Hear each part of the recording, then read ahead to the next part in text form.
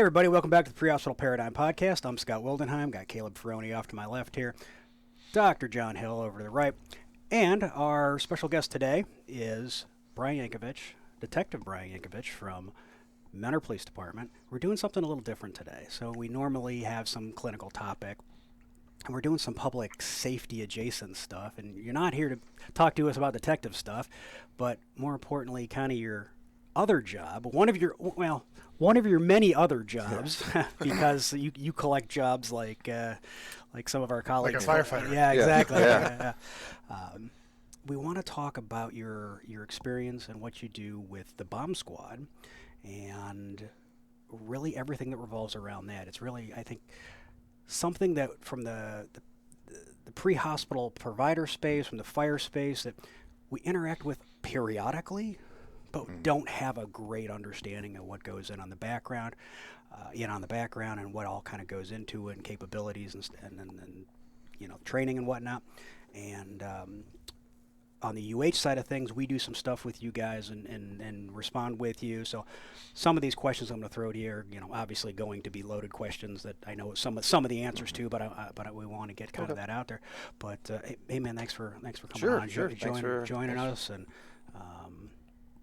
I know you picked the short straw. You got voluntold. I did get volunteered. You got volunteered to do this, but we do appreciate you coming on. And like I said, I think it's something that's there's certainly some interest from our colleagues and whatnot. And so let's just start with you. How did you wake up one day and be like, Yeah, I want to blow things up? Or it was, I think it was all the years Failed the of fire exam. I failed the fire exam. I think it was all the years of blowing up GI Joe guys and playing with the little cap guns. M80s, yeah. That prepared me for this moment. There was an opening when I was in Mentor, and I think it was 2009, 2010. There was an opening on the bomb squad, and I applied, interviewed, ended up getting it, and then 2011, I ended up graduating from the HDS Hazardous Device School, the FBI's Hazardous Devices School, and that's where it all started.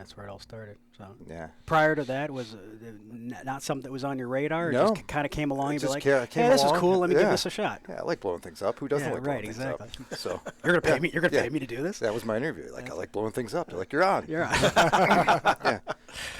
So the well, let's talk a little bit first, kind of about your team, right? The team that's in our area here, and then we'll contrast that kind of with how they do it maybe elsewhere in the States. So what does the makeup of our regional team here look like? Who do you service? Where do all of the individual people come from? Okay.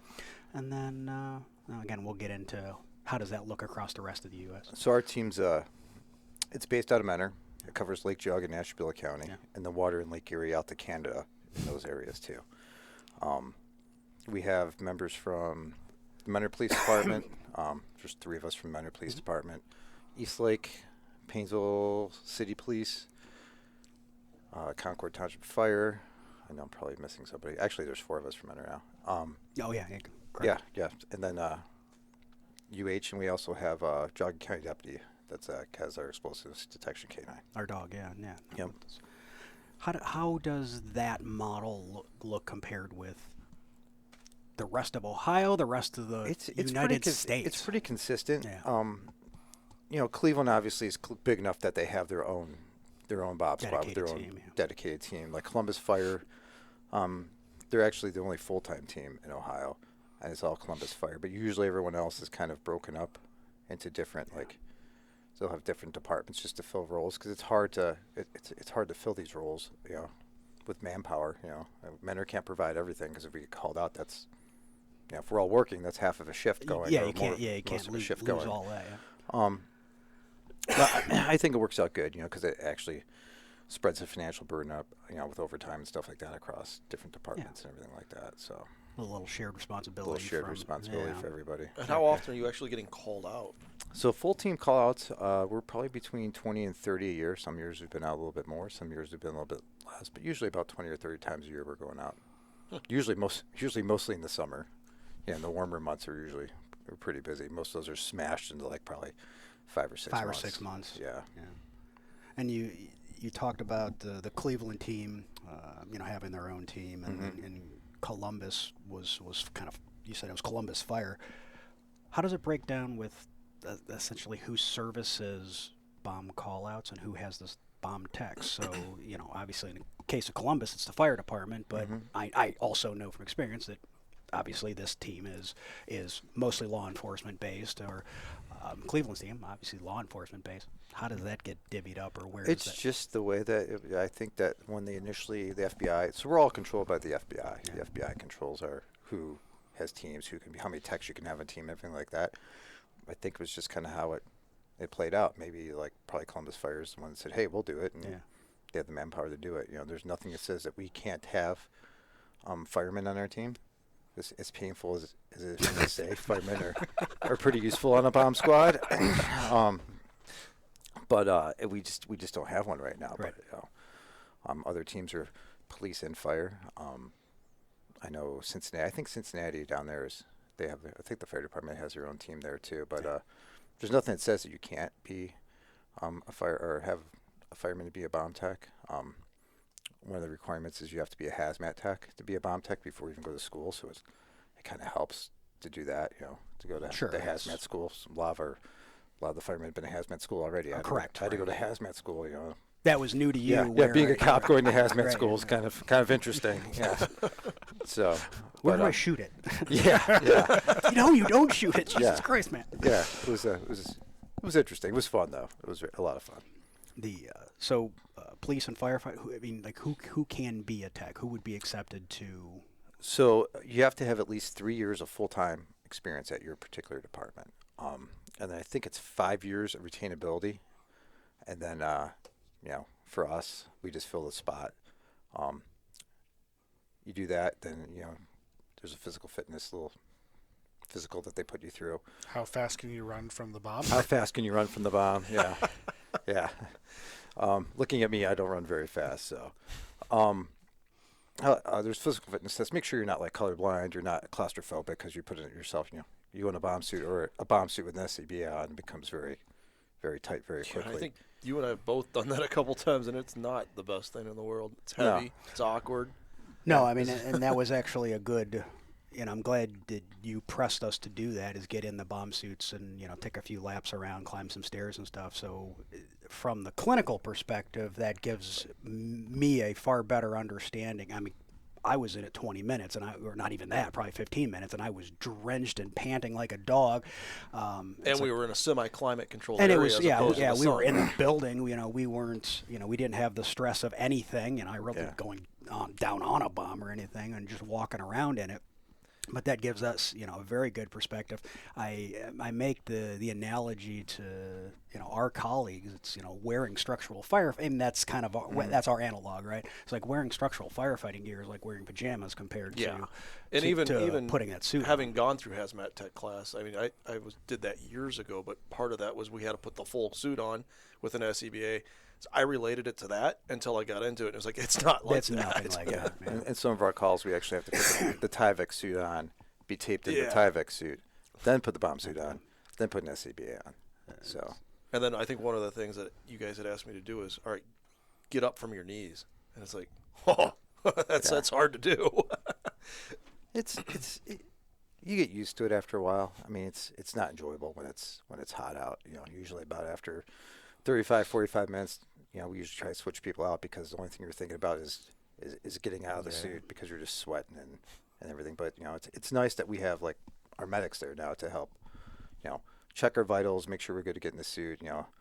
Encourage us to drink water and hydrate in between it because before or fluid resuscitate if necessary. Yeah, we're just cops. We're just gonna keep on doing it and not drink water until you tip over. Until you tip over and not be hydrated. Well, that's one of the things that fire and EMS are probably really good at is rehab that you guys don't necessarily deal with in your day-to-day stuff, right? Yes. So. And we're not even great at it, to be honest with you. We can all be better, but I'm sure that it's on our back burner as opposed to you probably didn't think much about it until you started incorporating the medics and the firemen into your situations, and it's like, okay, that is something that we're thinking about. But yeah, it came about too is like there's been a couple times where it's been very hot out and we've been in those suits for an extended period of time, and you get out and you're like, yeah, I probably should have hydrated. It'd be nice to have a medic here to tell me like, yeah, what am I? But I think it's also nice to have somebody else there that's not even bomb trained, because they're not even thinking the same way then. Yes. It's a completely different way of thinking that says, okay, I'm looking at this from a different angle. You're focused on this, but I'm focused on your health. And I think it's a team effort for sure. Yeah, it's one of the things like I like really having you guys a part of it, because it takes another stressor out of my mind. Like I'm going down concentrating on what I need to do. Well, I know that there's people back there that are going to help me, God forbid anything happens, you know. So it's just another thing I don't have to worry about, and it just lets me focus on my job.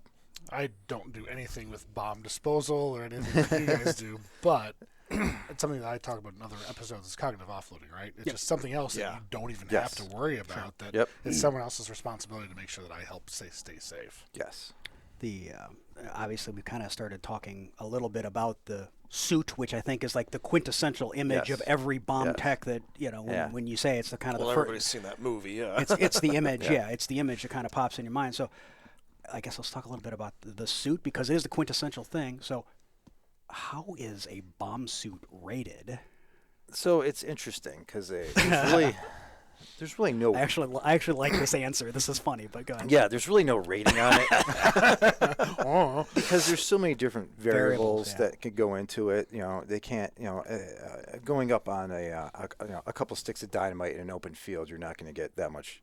It is, as opposed to being in a concrete basement of a building.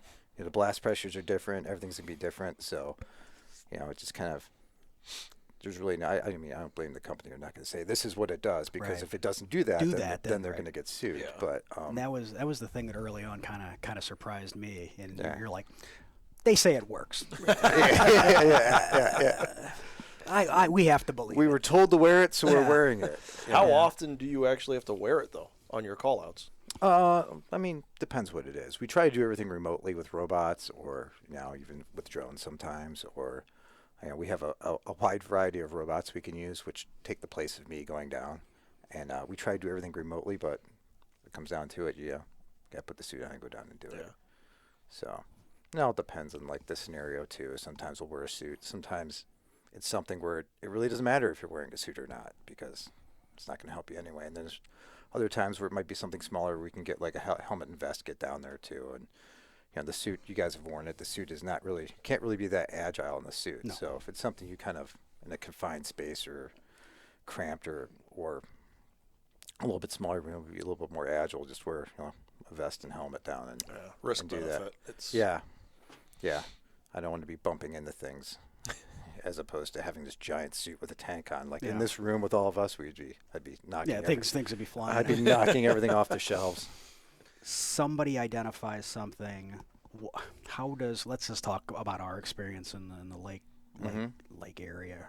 How does it get triaged? How does it get decided on?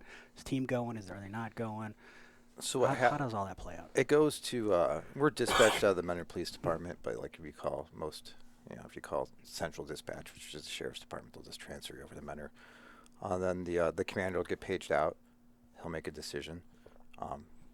Get paged out. We'll talk to the caller, whoever's on scene, make a decision who gets paged out. If we all get paged out, sometimes there might be something where we just send a small team to go look at it first and be like, oh, this is something that's, we can handle, or we get a lot of times that people are like, oh, it's a whole case of dynamite. You get up there and it's a bunch of railroad flares or road flares, and we're not going to go page the whole team out to pick up a box of road flares. Right? Yeah. So. And it just goes from there, and then we just page everybody out, or not. It just depends. You talked earlier about Hazardous Device School, HDS, as kind of the starting point. We just had our own Sean Stone. He just graduated. Yes, just graduated. Just graduated. So I've had some conversations with him. It was kind of what's going on today. Describe to us what that train-up process looks like. And you said that even from the time that you got on the team to the time you went to HDS was a period of time. Yeah, it wasn't it's usually a year and a half. It's a little bit more now. It's about 24 months. As soon as you get your team, submit your paperwork in, It's about a 24-month wait. There's only one. There's one public safety bomb tech school in the entire country. It's through the FBI. It's the Hazardous Devices School at Redstone Arsenal in Alabama. It's a big Army base in Alabama, in Huntsville. It's 6 weeks long. It's actually 7 weeks long. The first week, when I went down there, it was 6 weeks. The first week, you just sat there in a classroom and watched PowerPoint the entire week about stuff. Boring. So yes, they've kind of transitioned that to hybrid. Yes, to that first week that you'll be watching that at your home department and going through that, and it's just not watching. You're just not sitting there. You're just not there. Yeah. Yeah, you're not there. But the Same PowerPoint, time. there's tests that you have to take throughout the PowerPoints, and then when you get down there, they'll test you on the PowerPoints. You have to pay attention, and then it's 6 weeks on that base doing hands-on training. It's great. I mean, they'll tell you there's a one of my scenarios, there's a bomb on the Amtrak train, and you go down there and there's an Amtrak station and there's Amtrak train cars down there, and you go up there and you deal with it. So it's really nice. Like, it's what they tell you it is. There's no administratively doing, Right, exactly. just pretend this is a 3-story exactly. apartment building with a parking garage. No, there's a 3-story You're parking. going up 3 flights of stairs. Yeah. Yeah, and there's furniture and stuff in it, so they make it extremely realistic. It's nice too because it's the only school that they do it, so we're all trained the same. So we go down there for initial, which is 6 weeks. Then every 3 years you gotta go down there for recertification, which is a week long. And you're just randomly sent down there, and you get put on a team with 3 other guys from all over the country. All over the place, yeah. And you're all trained the same, so it's nice because if anything ever big happens, hey, we could grab somebody from, I don't know, Seattle, Washington, and bring them and put them here, and they're trained the same. The equipment might be slightly different, but the tactics are the same. And That's pretty cool. And that same, 6 weeks that we have training on of basic IED stuff is the same 6 weeks that the military has. So, we've trained with the military a lot. We're going down the next month to train with the military, and it's the same thing. So you get put on the military team, and it's the same basic tactics. That kind of brings up the next point, is that training doesn't stop. Obviously, you said you have to go back periodically for recert, but talk a little bit about Ravens Challenge. And you just came back from, was it military ordnance? I was identification? That was last year. I was in military ordnance identification down in New Mexico for a week, and then in July we'll be doing Ravens Challenge, which is a government-funded training. It's a week long. It's at there's 4 of them, I think, across the country every year. That way they can do it in various regions. We'll be down at an Army base in West Virginia, and you get paired up with a military bomb squad for a week, and they run as many calls as you can get, usually 2, 3, 4 calls a day, all day long, and just train with the military. Just various scenarios. Mm-hmm. Been with the Air Force twice, the Marine Corps once, and this year there's actually international teams there too. So this year we'll be with the Canadians. We'll be with the Canadians, but there's been who's there last year? Last year there was the Germans, the Belgians, a couple of people from the Ukrainian Army came, Japan Defense Forces, or Japanese Defense Forces. But yeah, it's a good time. Wow, it's a lot of training. It's really good value. And that military ordnance identification, I guess that kind of speaks to, you're taught all that, the basics in HDS, but there's still more beyond that. There's a lot. Yeah. So that military ordnance recognition class was more for us just to kind of help. We're not allowed to deal with military ordnance. That's the government's job. But if it's in your barn, I'm going to get there first, and I have to go kind of help keep me safe and help kind of see what it is and what it's identified. So when I call our nearest military teams, Wright-Patterson Air Force Base, we call them, give them the information, and they come up and kind of help take care of everything. Yeah. So that's interesting that you call the military to deal with their stuff and you guys don't. Because I hear stories from you guys, right, about all the call-outs you guys do, and but if it's military stuff, because you guys deal with a lot of grenades. We deal with a lot of grenades. A lot of grenades. Because you guys deal with so many hand grenades, how often are you calling out the military to do with, or how many times do you come across those ordinances that you can't I mean, so anytime there's a military ordinance, if it's modified in any way, shape, or form, it's us. We have to take care of it. But if it's not, it's their call. They have all the access to all the publications, so they can look it up and see the proper way to get rid of it. Okay. And make sure there's no, chemicals. So unmodified ordinances that somehow It's got into military. public hands, it's military. But if it's modified in any way, it's It's yours. ours. Gotcha. So if it's a modified hand grenade, it's ours. If it's a 155 shell, that's the military's. And they'll come up and dispose of it at a local quarry and make a really loud boom. And then we all get yelled at. And then get yelled at. Yeah. Good. Exactly all of those things. We were Yeah. all of those things have happened. All of those things have happened. So, yeah, that was kind of the military ordnance piece of that. What are some other kind of training pieces that you as bomb techs also kind of pile on as kind of additives? So there's we do train with the military. There's advanced like just public safety bomb tech classes. There's I've been to chemical biological class in Anniston, Alabama, a rad nuke class out in the middle of the desert and outside of Vegas. I think it was in Mercury. That was a lot of fun. There's homemade explosives classes. I did one with the ATF, which was again like it was a public safety and military class. So there's like four public safety bomb techs, and the rest was the military. And we just made with chemists and stuff and ran explosive calls, and they showed us how to make a lot of homemade explosives. There's another one with the FBI does one too. It's called Knife. Same thing, homemade explosives classes. Trying to think what else. There's maritime bomb classes. There's tactical bomb tech classes. There is crisis classes. There's a lot of post blast classes. So I think three of us have taken post blast investigation classes. So if there is a blast, we can go and collect evidence and see who did it. How involved is the FBI? If this is all like under the umbrella of the FBI, how involved are they in like either call out, or are they just involved like afterwards in the investigation? So there's a couple. What they have, they're called Special Agent Bomb Techs, SABTs. There's a couple around in Cleveland and in Akron and in Youngstown. And when we get paged out, the one in Cleveland's on our call out list. Okay. And we talk to him all the time. So if it's something that we need help on, or he feels he needs to come on, he'll definitely come on it. And the ATF actually has an SABT in the Cleveland area too, and same thing. He's on our call out list. And if they want to come, they can come, and if they don't, they don't. I think you guys all work so fluidly together. Yeah, too, we all work really well together. We're all actually talk. We probably all talk once a month, if not more frequently together. So we're pretty tight knit, and if we need help, they'll come out. If we're short staffed, and there's only a few of us, so every call out, there at least 2 bomb techs have to go on every call out. If people are on vacation or at weddings or whatever, they'll come and pitch in and come to our call out. So we have that second bomb tech to help make decisions.